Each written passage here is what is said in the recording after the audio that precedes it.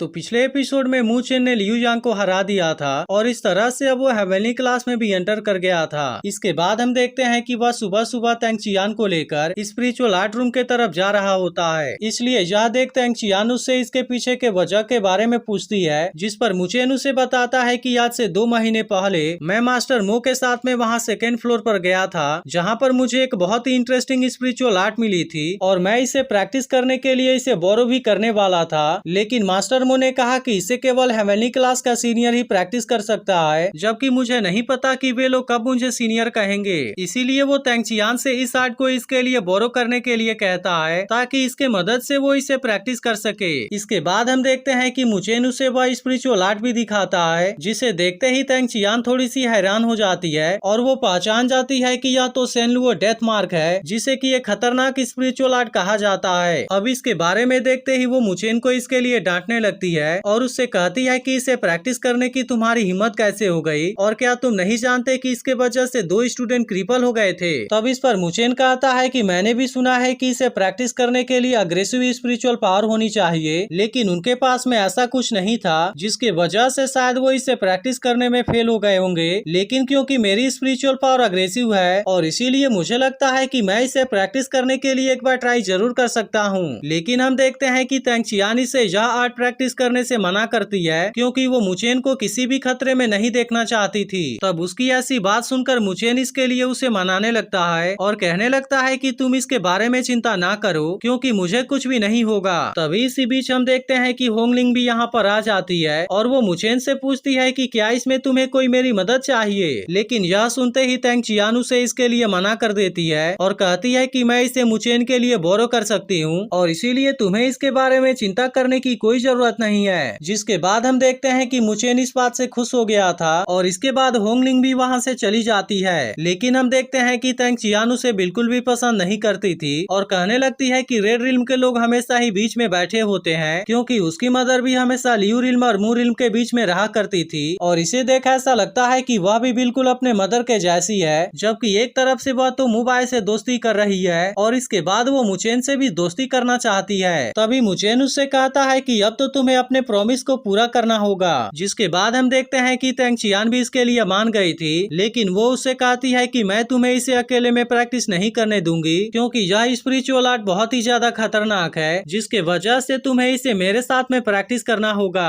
तब इसके बारे में सुनकर मू चेन भी इसके लिए मान जाता है। जिसके बाद तेंग चियान उससे कहती है कि आने वाले 6 महीने में हम कल्टीवेशन के लिए नॉर्थर्न स्पिरिचुअल प्लेन के अंदर जाने वाले हैं और मैं चाहती हूँ कि तुम वहाँ पर मेरे साथ में टीम अप करो। तब इसके बारे में सुनकर मू चेन उससे कहता है कि वह जगह तो बहुत सारे बिस्ट से भरा हुआ है। तब इस पर तेंग चियान उससे कहती है कि फिर भी हेवन क्लास वाले स्टूडेंट को प्रैक्टिस करने के लिए वहाँ पर जाना पड़ेगा, जहाँ पर वे कल्टीवेशन के दौरान एक दूसरे के साथ में मिलकर टीम भी बना सकते हैं और फिर आखिर में वहाँ पर जो भी स्टूडेंट सबसे ज्यादा बिस्ट को मारेंगे उनको उसी तरह से इसके लिए रैंक दिया जाएगा और फिर इस तरह से इसमें जो टॉप 3 वाली टीम होगी उनको स्पिरिट फोस्टरिंग मेडिसिन दिया जाएगा। तब इसके बारे में सुनकर मू चेन कहता है कि यह तो ऐसी मेडिसिन है जो कि स्पिरिचुअल मूवमेंट लेवल के लेटर स्टेज वाले को इम्प्रूव करने में मदद कर सकती है। तब इस पर तेंग चियान उससे कहती है कि हाँ तुमने इसके बारे में बिल्कुल सही कहा, लेकिन क्योंकि यह कंपटीशन उतना ज्यादा आसान नहीं होगा, जिसके वजह से ही मैं चाहती हूँ कि तुम मेरे साथ में रहो। तब इसके बारे में सुनकर मू चेन उससे कहता है कि तुम इसके बारे में चिंता ना करो, क्योंकि हमारी टीम को स्पिरिट फोस्टरिंग मेडिसिन जरूर मिलेगा। इसके बाद हम देखते हैं कि तेंग चियान ने इस स्पिरिचुअल आर्ट को बोरो कर लिया था और मू चेन इसे प्रैक्टिस करने के लिए बहुत ज्यादा एक्साइटेड होता है। तब इस पर तेंग चियान उसे याद दिलाती है कि मैंने तुम्हें इसे अकेले में प्रैक्टिस करने से मना किया था, जिसके बारे में सुनकर मू चेन भी इसके लिए शांत हो जाता है। लेकिन इसे प्रैक्टिस करने के लिए इनको एक ऐसा जगह चाहिए था जो जगह स्पिरिचुअल एनर्जी से भरी हुई हो।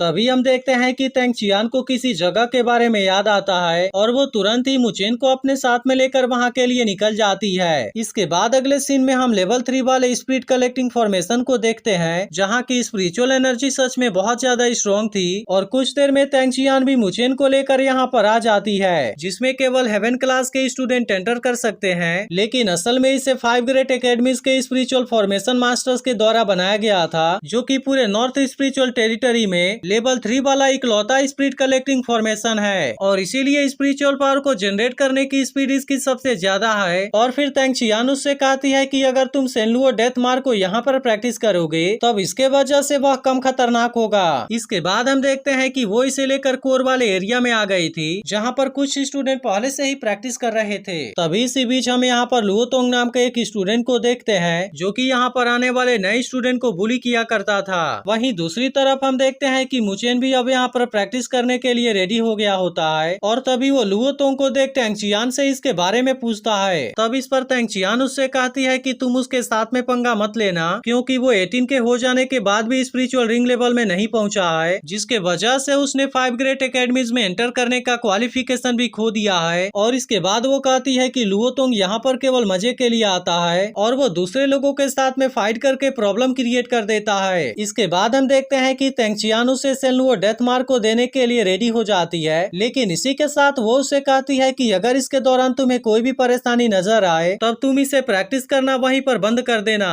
इसके बाद हम देखते हैं कि मुचेन इसे प्रैक्टिस करने का ट्राई करता है जहाँ पर उसे पता चलता है कि यह स्पिरिचुअल आर्ट तो सच में बहुत ज्यादा खतरनाक है, लेकिन इसके बाद भी वो इसके कल्टीवेशन इन्फॉर्मेशन के बारे में समझ गया था और इसीलिए वो तुरंत इसे प्रैक्टिस करने का ट्राई भी करने लगता है। जिसके बाद हम देखते हैं कि स्पिरिट कलेक्टिंग फॉर्मेशन के वजह से इसकी स्पिरिचुअल पावर यहाँ पर बहुत ही ज्यादा बढ़ जाती है और अब वो धीरे धीरे इस तरह से इसे प्रैक्टिस करने लगा था। लेकिन तभी हम देखते हैं कि यहाँ की सारी स्पिरिचुअल एनर्जी इसी के अंदर जाने लगती है, जिस बात के वजह से यहाँ पर प्रैक्टिस कर रहे बाकी स्टूडेंट भी घबरा गए थे और उन्हें समझ में नहीं आ रहा था कि आखिरकार मुचेन यहाँ पर कर क्या रहा है। तभी हम देखते हैं कि टैंगचियान को मुचेन के बारे में चिंता होने लगी थी, लेकिन तभी जैसे ही वो इसे टच करने जाती है उसे जोर का झटका लगता है, जिसके वजह से उसे मुचेन के बारे में और ज्यादा चिंता होने लगती है और फिर वो उससे पूछती है कि मुचेन क्या तुम ठीक हो। वहीं दूसरी तरफ हम देखते हैं कि मुचेन को भी इसके बारे में चिंता होने लगी थी और उसे समझ में नहीं आ रहा था कि अचानक से उसके साथ में ऐसा क्यों होने लगा और वो स्पिरिचुअल एनर्जी को इतने स्पीड से अब्सॉर्ब क्यों करने लगा है। यह देख टैंगचियान समझ गई थी कि सेनलुओ डेथ मार्क अब इसके कंट्रोल से बाहर जाने वाला है। जिसके बाद हम देखते हैं कि मुचेन के बॉडी के ऊपर इसका मार्क आने लगा था और वो देखने में बहुत ज्यादा खतरनाक भी लग रहा होता है। वहीं दूसरी तरफ हम देखते हैं कि टैंगचियान अब उसे इसे प्रैक्टिस करने के लिए मना करती है, जिसके बारे में सुनकर मुचेन भी इसे रोकने के लिए रेडी हो गया था। लेकिन हम देखते हैं कि मुचेन जब इसे रोकने के लिए कोशिश करता है तो वो इसे रोकने में कामयाब नहीं हो पाता।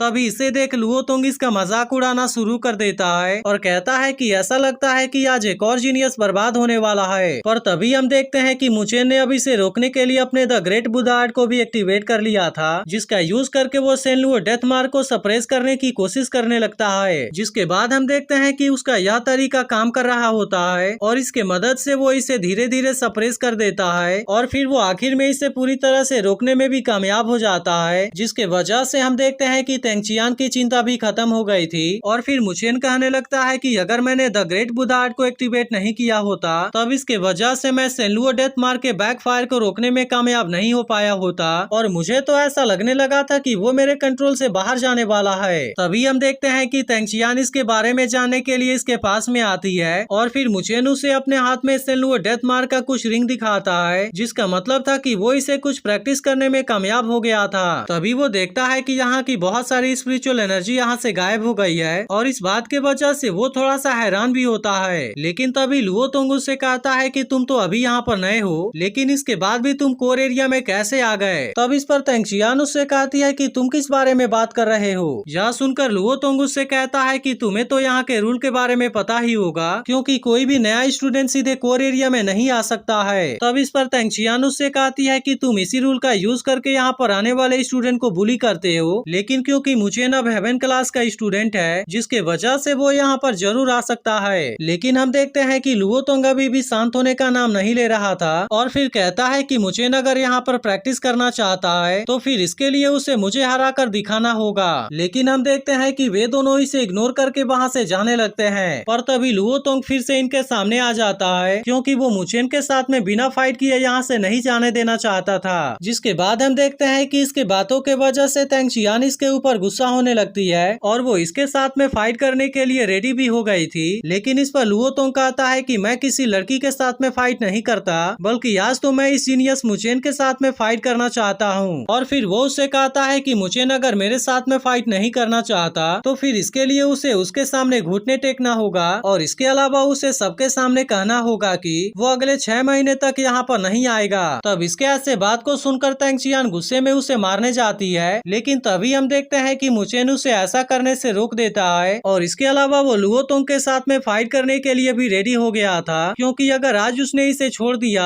तो फिर वो आने वाले समय में इसे और भी ज्यादा परेशान करेगा। इसके बाद वो लुओ तोंग से कहता है कि मैंने अभी एक नए स्पिरिचुअल आर्ट को प्रैक्टिस किया है, जिसे कि मैं सबसे पहले तुम्हारे ऊपर ही टेस्ट करने वाला हूँ, और इसीलिए अगर इसके दौरान तुम्हें कुछ भी हो जाए तो फिर तुम इसके लिए मुझे माफ कर देना। तब इसके बारे में सुनकर लुओ तोंग भी तुरंत इसके लिए एग्री हो जाता है, लेकिन तेंग चियान को ऐसा लग रहा था कि सेन लुओ डेथ मार्क को प्रैक्टिस करने के वजह से अभी मुचेन के पास में उतनी ज्यादा स्पिरिचुअल पावर नहीं है, जिसके वजह से उसे लुओ तोंग के साथ में फाइट करने से मना करती है। तब इस पर मुचेन उससे कहता है कि तुम इसके बारे में चिंता ना करो, क्योंकि मैं जानता हूँ कि मुझे उसके साथ में क्या करना है। वहीं दूसरी तरफ हम देखते हैं कि बाकी लोग भी इनके फाइट को देखने के लिए एक्साइटेड थे, और कुछ लोगों को ऐसा लग रहा था कि मुचेन इसमें बहुत ही आसानी से हार जाएगा। इसके बाद हम देखते हैं कि वे दोनों अपने अपने पावर का यूज करके एक दूसरे पर अटैक करने लगे थे, जहाँ पर लुओ तोंग बहुत ही अग्रेसिव तरीके से मुचेन के ऊपर अटैक करने की कोशिश कर रहा था, लेकिन वो इसके हर एक अटैक से खुद को बहुत ही आसानी से बचा लेता है। अब इसी के साथ साथ मुचेन भी इसके ऊपर लगातार अटैक करना शुरू कर देता है, जिसके वजह से इनके बीच का मुकाबला अब और भी ज्यादा शानदार हो गया था। और तभी हम देखते हैं कि लुओ तोंग इसके ऊपर अटैक करने के लिए डालुओ स्वॉर्ड आर्ट को एक्टिवेट कर लेता है। यह देखते ही तेंग चियान मुचेन से केयरफुल हो जाने के लिए कहती है, क्योंकि वो लुओ रिल्म का एक बहुत ही स्पेशल स्पिरिचुअल आर्ट है। जिसके बाद हम देखते हैं कि मुचेन भी अपने सेन लुओ डेथ मार्क को एक्टिवेट कर लेता है। इसके बाद लुओ तोंग जैसे ही इसके ऊपर अटैक करने के लिए आता है, मुचेन भी अपने सेन लुओ डेथ मार्क का यूज करके इसके अटैक को बहुत ही आसानी से रोक देता है। लेकिन अभी भी हम देखते हैं कि लुओ तोंग खुद को बहुत ज्यादा पावरफुल समझ रहा था, और वो मुचेन से इसके सामने हार मान जाने के लिए कहता है। तब इस पर मुचेन उससे कहता है कि सच में तुम्हें लगता है कि तुम मुझे हरा पाओगे? और इतनी बात कहने के बाद वो इसके ऊपर अटैक कर देता है, जिसके वजह से लुओ तोंग का स्वॉर्ड आर्ट डिस्ट्रॉय हो गया था, और इस तरह से मुचेन ने यहाँ पर इसे बहुत ही आसानी से हरा दिया होता है। इसके बाद वो लुओ तोंग से कहता है कि मुझे तुम्हारे साथ में फाइट करके बहुत ही अच्छा लगा।